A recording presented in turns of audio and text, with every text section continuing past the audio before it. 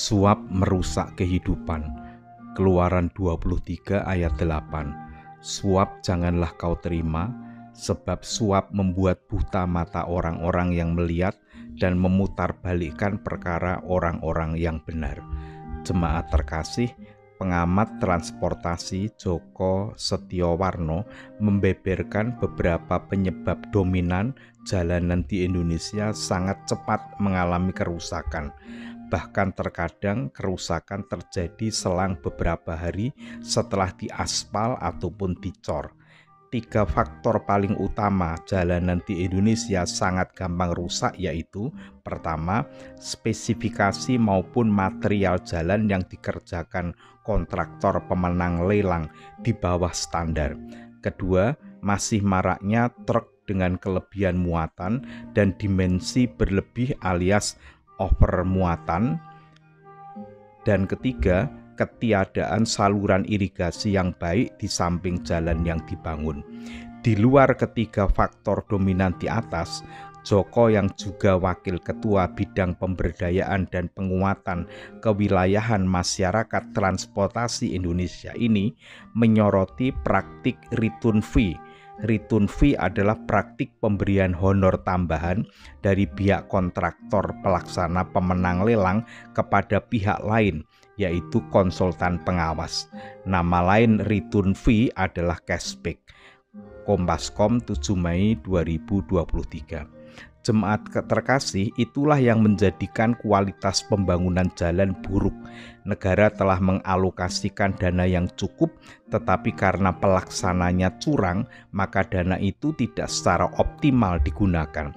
Akibatnya kualitas menjadi buruk, umur jalan menjadi pendek, baru saja dibangun, sebentar kemudian rusak. Praktik suap memperkaya orang yang menyuap maupun yang disuap, tetapi yang menerima dampaknya adalah rakyat. Suap menghancurkan masyarakat, tetapi sebenarnya suap juga menghancurkan pelakunya.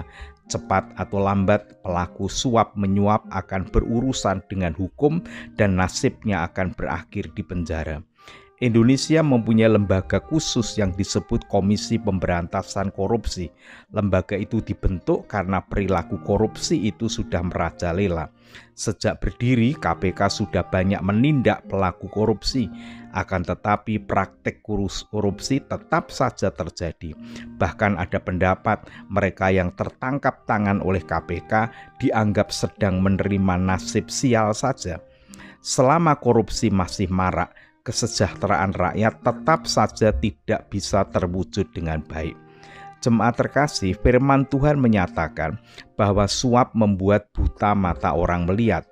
Suap hanya berorientasi untuk mendapatkan uang sebanyak-banyaknya, tidak peduli dengan cara yang ditempuh. Uang dianggap sebagai tujuan hidup utama, sehingga dicari dengan berbagai cara, tidak peduli dengan kebenaran dan kebaikan. Suap dilakukan untuk mendapatkan uang sebanyak-banyaknya. Karena orientasinya adalah uang, maka mata hati menjadi buta, tidak mampu melihat kebenaran dan kebaikan. Hati dan pikirannya ditutup dengan nafsu serakah untuk mendapatkan uang sebanyak-banyaknya. Hatinya tidak bisa lagi merasakan akibat suap yang dilakukan.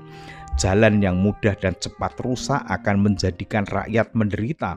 Bangunan sekolah yang tidak kuat bisa membahayakan guru dan murid.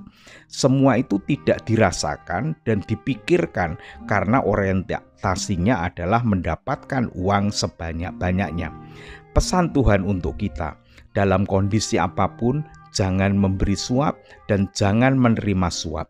Itu akan merusak kehidupan pribadi, keluarga, masyarakat, bangsa, dan negara. Salam sehat, salam bahagia, Tuhan Yesus memberkati. Mari kita berdoa.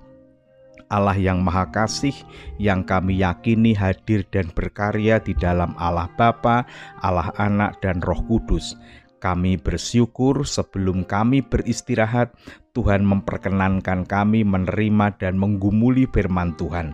Kembali Tuhan mengingatkan kepada kami agar kami tidak melakukan praktik suap dan tidak menerima suap, karena itu semua akan merusak kehidupan. Kami berdoa untuk seluruh warga jemaat, kiranya Tuhan senantiasa memberikan kehidupan yang damai dan sejahtera. Kami menyerahkan berbagai pergumulan kehidupan yang kami alami. Ada di antara kami sedang menderita sakit, Tuhan berkenan menyembuhkannya. Ada yang sedang mengalami duka cita, Tuhan berkenan memberikan kekuatan dan penghiburan.